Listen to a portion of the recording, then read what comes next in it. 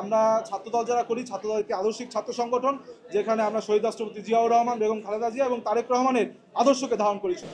তো আমি ঢাকা বিশ্ববিদ্যালয়ের শিক্ষার্থী হিসেবে ডাকসু নির্বাচনের যে মনোনয়ন ফর্ম বিশ্ববিদ্যালয় প্রশাসন ছেড়েছে, আজকে সেটার শেষ দিন।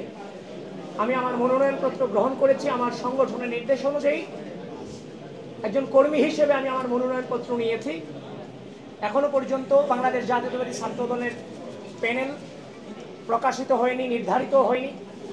বাংলাদেশ জাতীয়তাবাদী ছাত্রদলের কেন্দ্রীয় নেতৃবৃন্দ এবং বাংলাদেশ জাতীয়তাবাদী ছাত্রদলের সাংগঠনিক অভিভাবক জনাব তারেক রহমানের নির্দেশে খুব দ্রুতই হয়তো আপনারা সে প্যানেল দেখতে পারবেন। সে পর্যন্ত সকলকে অপেক্ষায় থাকার আহ্বান জানিয়ে এবং আপনাদের সকলের দোয়া চেয়ে আমি এটুকুই এখানেই শেষ করছি। এখন কথা হচ্ছে যে আমি আমার সংগঠনের ক্ষুদ্র কর্মী হিসেবে জাতির এই ক্রোশাল মোমেন্টকে আমরা লিড করেছি। আমরা এই সময়টাতে এই জেনারেশনে যারা ছাত্র রাজনীতি করেছি, রাষ্ট্রের ক্রোশাল মোমেন্টকে লিড করেছি। ডাকসু কোনো শুধুমাত্র ঢাকা বিশ্ববিদ্যালয়ের ম্যাটার নয়, ডাকসু নির্বাচন গোটা বাংলাদেশের ম্যাটার।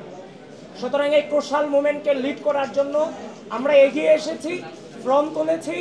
আমার সংগঠন আমাকে যে জায়গায় দিবে আমি সেই জায়গায় সংগঠনকে লিড করব। সুতরাং আপাতত বলতে পারছি না আমি কোন পদে লড়াই করব। এখনো সেইভাবে সিদ্ধান্ত নিইনি, কারণ আজকে রাতের ভিতর সিদ্ধান্ত হবে এবং প্রাথমিকভাবে আমাদের হল পর্যায়ে যারা হল শাখা ছাত্রদলের নেতৃবৃন্দ রয়েছে তারা এবং কেউ যদি বাংলাদেশের স্বাধীনতা সার্বভৌমত্বে বিশ্বাসী কোনো শিক্ষার্থী যদি আমাদের দল থেকে মনোনয়ন নিতে চায়, সেক্ষেত্রে আমাদের দল বিবেচনা করবে। আসলে আমাদের দল থেকে এখনও নমিনেশন কনফার্ম করা হয়নি, দল থেকে প্যানেল নিশ্চিত করা হয়নি। আজকে রাতে অথবা কালকে সকালে ইনশাআল্লাহ প্যানেল নিশ্চিত করা হবে, তখন আমরা সকলে ঐক্যবদ্ধভাবে একসাথে আসবো। আর আপনারা জানেন যে ছাত্রদল একটি বৃহৎ ছাত্র সংগঠন।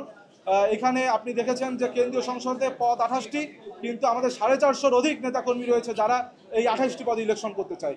সুতরাং এখানে তো একটি যাচাই বাছাইয়ের বিষয় আছে এবং এখানে একটি বিভিন্ন বিষয়াদি রয়েছে, যার জন্য এখন আমাদের প্যানেল নিশ্চিত করা সম্ভব হয়নি। এটি আজ রাতে ইনশাআল্লাহ নিশ্চিত হবে। আপনি জানেন যে আমরা ছাত্রদল যারা করি, ছাত্রদল একটি আদর্শিক ছাত্র সংগঠন, যেখানে আমরা শহীদ রাষ্ট্রপতি জিয়াউর রহমান, বেগম খালেদা জিয়া এবং তারেক রহমানের আদর্শকে ধারণ করি। সুতরাং আমরা মনে করি আমাদের ছাত্রদলের সাংগঠনিক অভিভাবক দেশনায়ক জনাব তারেক রহমান যে প্যানেল নির্ধারণ করবেন, সেই প্যানেলে আমরা সকলে ছাত্রদলের পক্ষ থেকে প্রার্থিতা করব।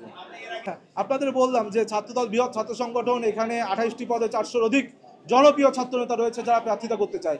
সুতরাং এখানে আপনার মনোমালিন্যতার বিষয় নেই, বরং প্রতিযোগিতার বিষয় রয়েছে এবং ডাকসুতে একটি প্রতিযোগিতামূলক ডাকসু করার জন্য আমরা ছাত্রদলের সকল পর্যায়ের নেতাকর্মী কিন্তু উৎসব মুখর পরিবেশে উৎসুক হয়ে রয়েছি, যার জন্য আমরা যে যার মতন আসছি। আমি আসন্ন ঢাকা বিশ্ববিদ্যালয়ের শিক্ষার্থীদের প্যানেল দাবি তথা ডাকসু এই নির্বাচনে আপনারা জানেন দীর্ঘদিন বন্ধ থাকার পরে কিংবা 21 শতকে স্বাধীনভাবে মুক্ত পরিবেশে ডাকসু নির্বাচন কখনোই হয়নি। 2019 সালে যে একটি একপেশে নির্বাচন হয়েছিল, সেই নির্বাচনে কোনো লেভেল প্লেইং ফিল্ড ছিল না। সেই নির্বাচনে বিরোধী পথের যারা ছিল তারা কেউ স্বাধীনভাবে ভোটাধিকার প্রয়োগ করতে পারেনি।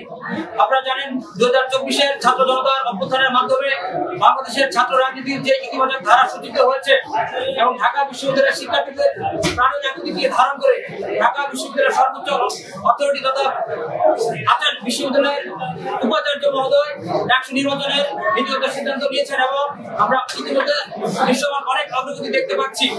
আমরা আশা করব ঢাকা বিশ্ববিদ্যালয়ের শিক্ষার্থীদের দীর্ঘদিনের প্রাণের দাবি যে ডাকসু আসন্ন, সেই নির্বাচনে আপনারা দল মত নির্বিশেষে সকল প্রতিবন্ধকতাকে উপেক্ষা করে আপনারা ভোট কেন্দ্রে আসবেন এবং আপনাদের নির্বাচিত ছাত্র নেতৃবৃন্দ আপনাদের ডাকসুর মাধ্যমে আপনারা আপনাদের অধিকার, আপনাদের নিরাপত্তা, শিক্ষার মান সহ ঢাকা বিশ্ববিদ্যালয়ের অতীত ইতিহাস ঐতিহ্যকে আরো সমৃদ্ধ করতে ডাকসুর মাধ্যমে আপনারা জোরালো ভূমিকা পালন করবেন বলে আমি আপনাদের কাছে বিশ্বাস করি এবং আশা পোষণ করি।